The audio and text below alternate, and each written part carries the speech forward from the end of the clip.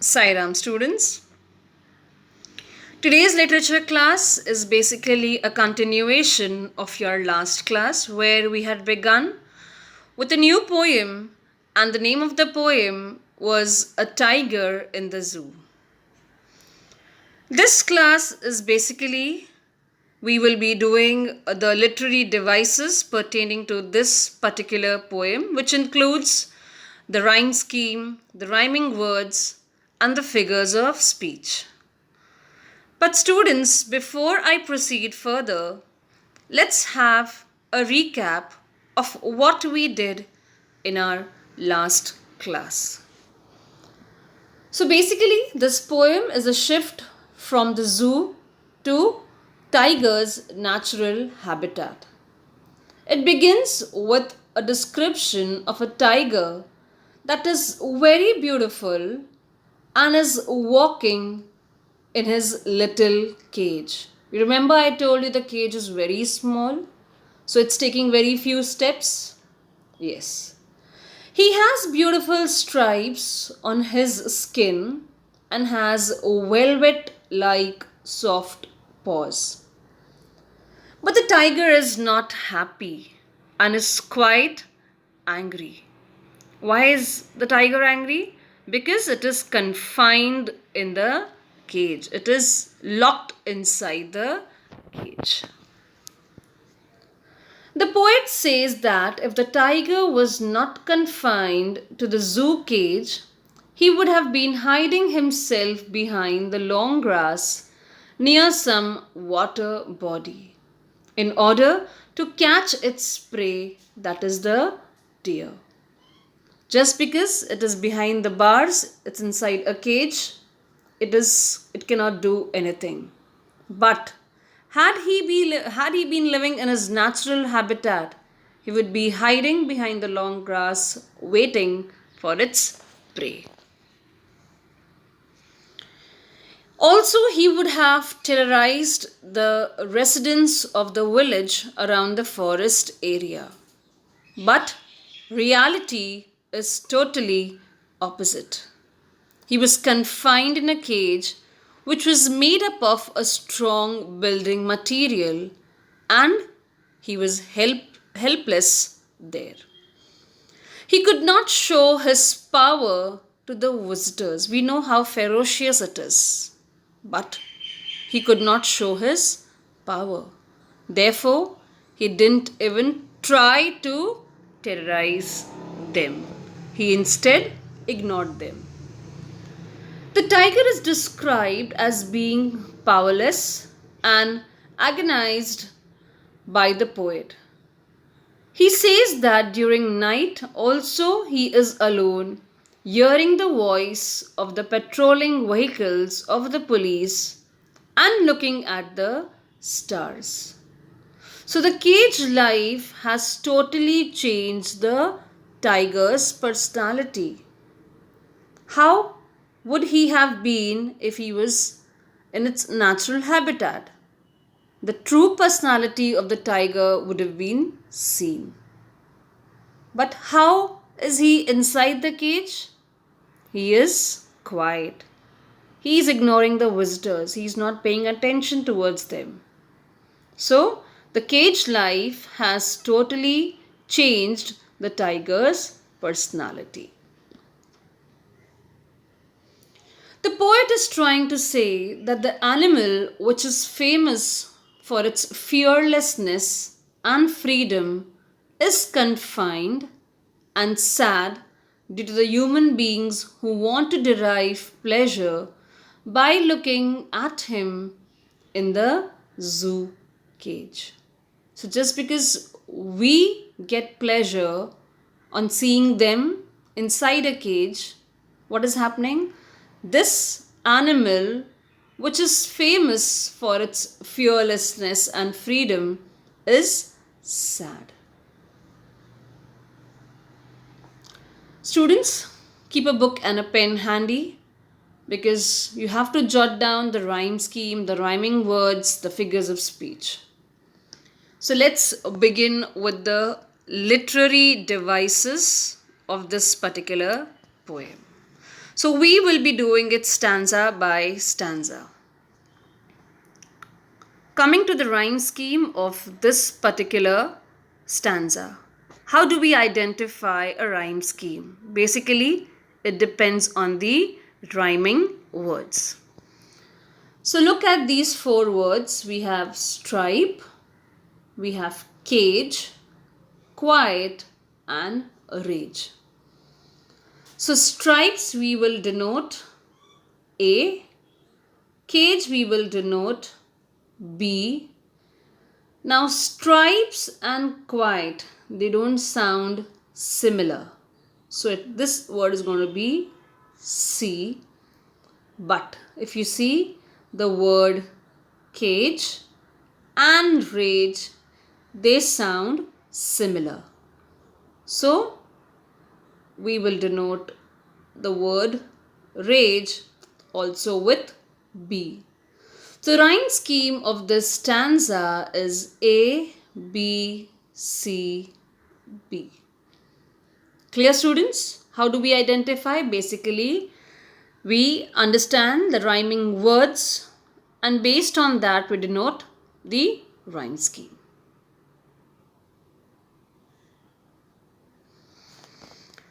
Now this poem is also a personification. Now why a personification? Because here if you see, the poet has used he for the tiger. Basically what do we use? We use it. Correct?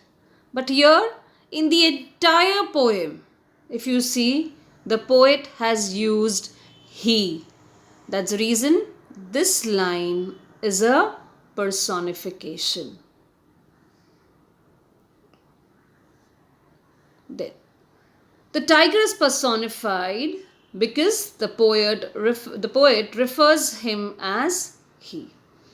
Metaphor. Now what is metaphor? When there is indirect comparison between two different objects. Look at this line. On pads of velvet, quiet. Basically pad was nothing but the paws of the tiger and it is compared to velvet. How is velvet? How is this cloth? It is soft. It is smooth.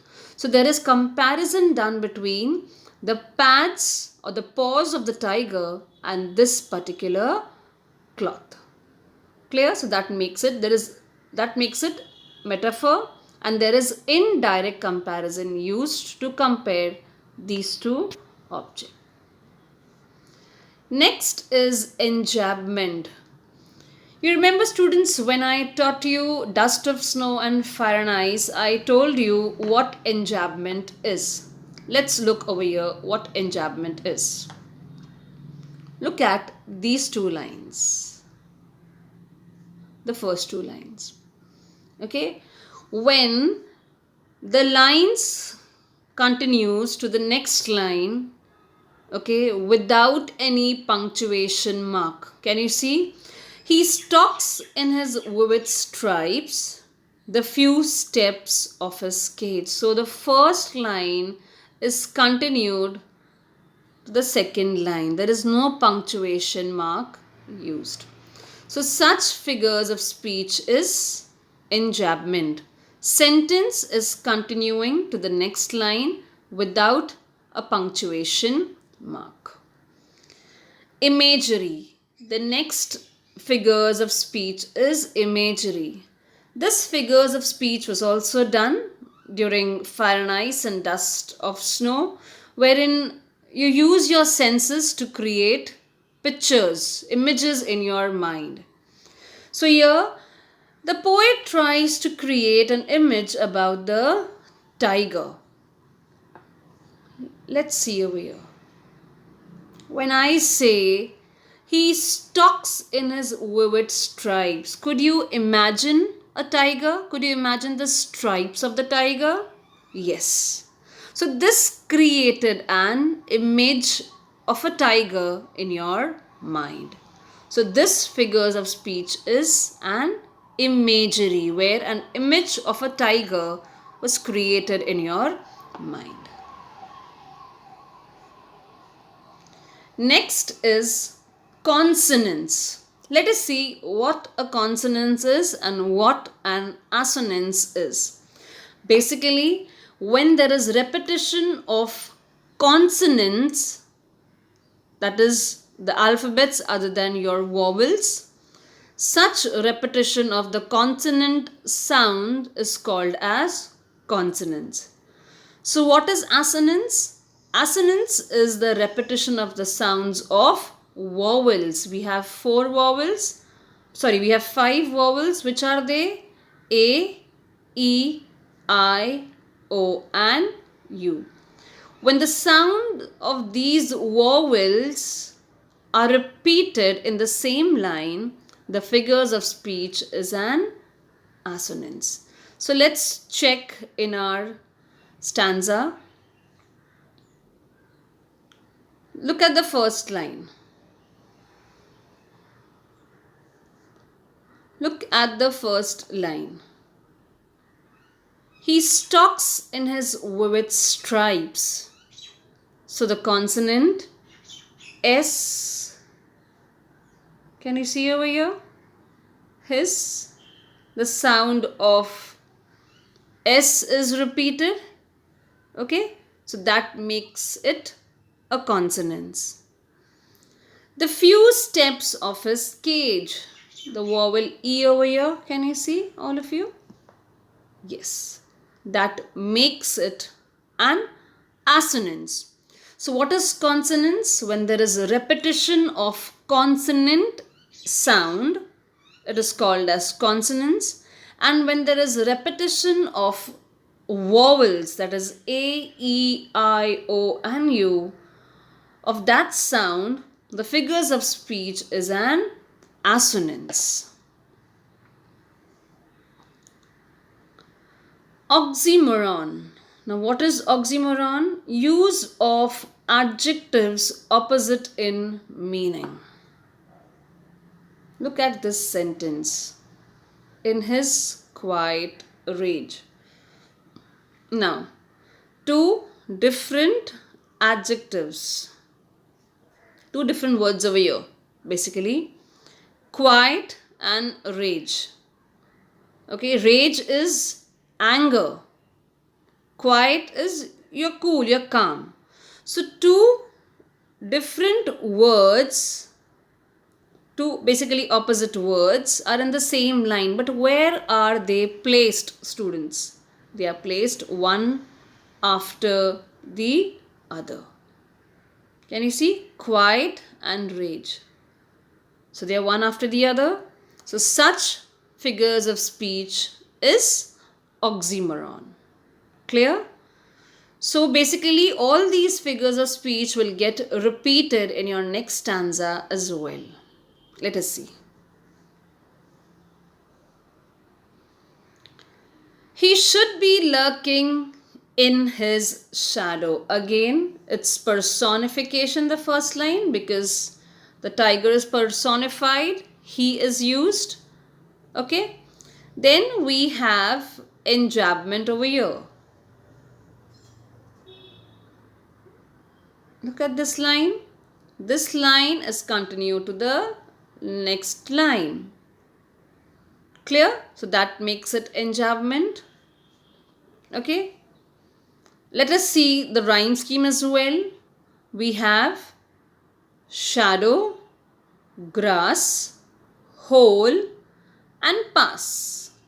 So we will give shadow as A, grass as B, hole as C and pass as B, because pass and grass, they sound similar.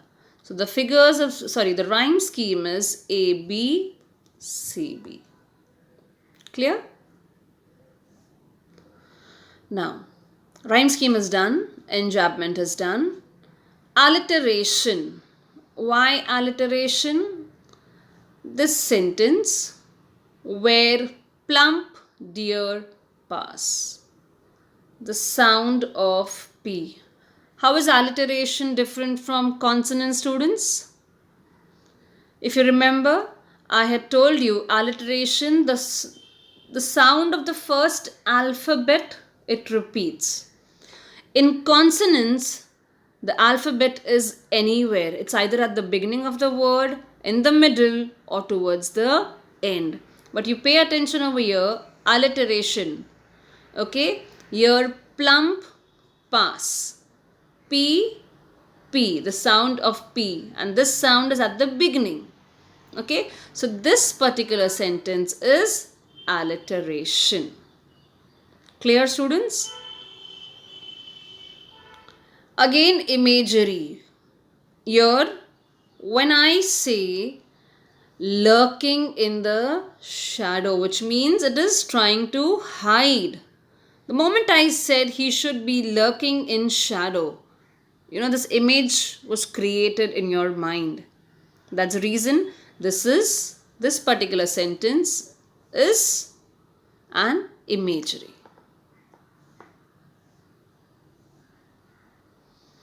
He should be snarling around houses at the jungle's edge, baring his white fangs, his claws, terrorizing the village. Again, let us do the rhyme scheme. Houses, houses, edge, claws, village. So this is going to be A, this is going to be B, this is going to be C, and this is going to be B again. Edge, village. So the sound is similar. So the rhyme scheme is A, B, C, B. Clear? Now, let us see the figures of speech. Onomatopoeia. Remember I told you snarling is making sounds. So this particular line, he should be snarling around houses. Here the word snarling, it indicates sound. So the figures of speech is onomatopoeia. Don't make a mistake while writing the spelling of onomatopoeia, students. Okay? So when a word is used to denote a sound, it is called as onomatopoeia. Enjambment. Look at these two sentences, students. The first two. The first line is continued to the second one. Okay, it continues in the very next line. He should be snarling around the houses at the jungle's edge. Okay, there is continuation. The line is continued on the next line, the first line. Okay, and without a punctuation mark. There is no punctuation mark used after houses. So such sentences, they are a part of enjambment. Again, we have assonance and consonance.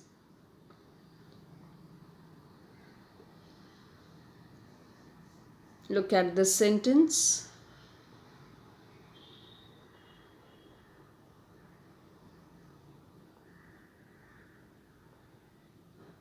Look at this sentence, students. The first one. He should be snarling around houses. A-E-I-O-U. The vowel. So look at the word should, the sound of O. Look at the word around, the sound of O. Look at the word houses. Clear? So that's an assonance. Clear? Next is, moving on to the next figures of speech is consonants. Bearing his white fangs, his claws. So here we speak about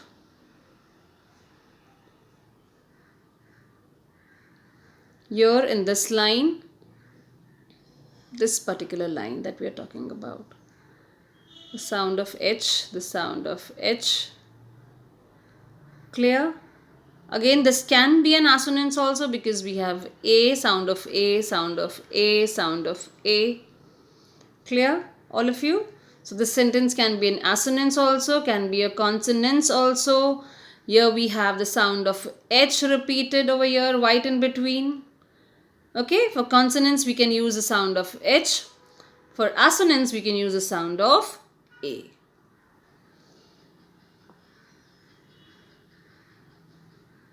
Moving on to the next stanza. Again, let us deal with the rhyme scheme first. So, cell we can give A, bars we can give B, cage we can give C, and visitors, bars, sound of S, this can be B. So, A, B, C, B. Clear?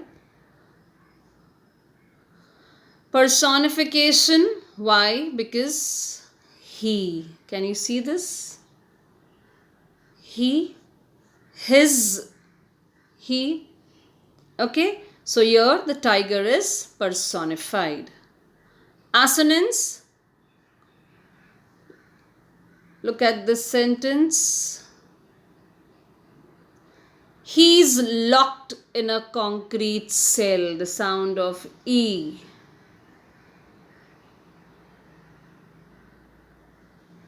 Clear? In these sentences, the sound of E. Proceeding further, consonants. The sound of S.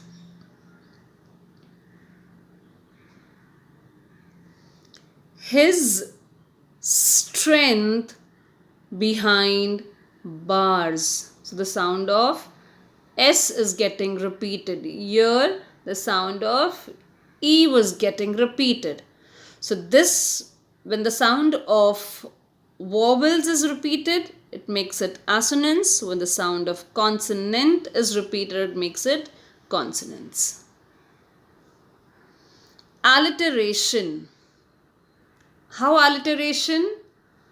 His strength behind bars. The sound of B.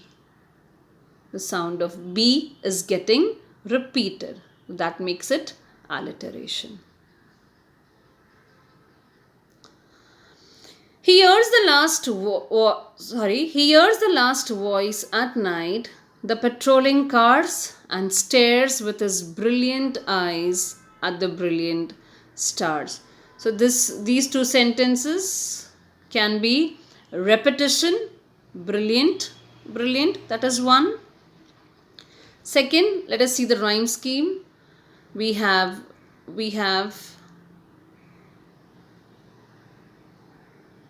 night, cars, eyes, stars. So A, B, C, B. So the rhyme scheme is A, B, C, B. Clear? Then we have an enjambment over here. Look at these two lines. Okay. This particular line is continued to the very next line. And there is no punctuation mark used over there. So that makes it an enjambment. Then we have alliteration. The sound of H is repeated. The first sentence. He hears the last voice at night. He hears. So the sound of H is getting repeated. So that makes it an alliteration. And the last one is an assonance where the sound of the vowel I is repeated. So look at this line. And stares with his brilliant. So I over here, I over here, I over here, and I over here. So 4 times. Clear? When the sound of a vowel is repeated, that is an assonance. So I hope students, the rhyme scheme, the rhyming words and the figures of speech is clear to all of you. These are the value points of our poem. Just go through them carefully, students. Basically, it gives you a summary And these value points are very helpful when you are preparing yourselves for the examination, which will also help you to prepare for the answers.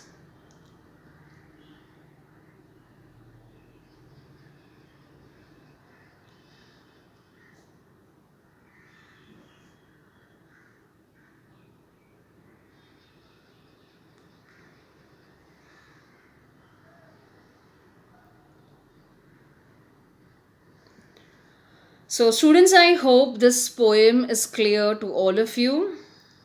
And with this video link, there is another link. You have to click on the link and answer the questions given in that particular link. Take care of yourselves. Sai Ram and bye bye.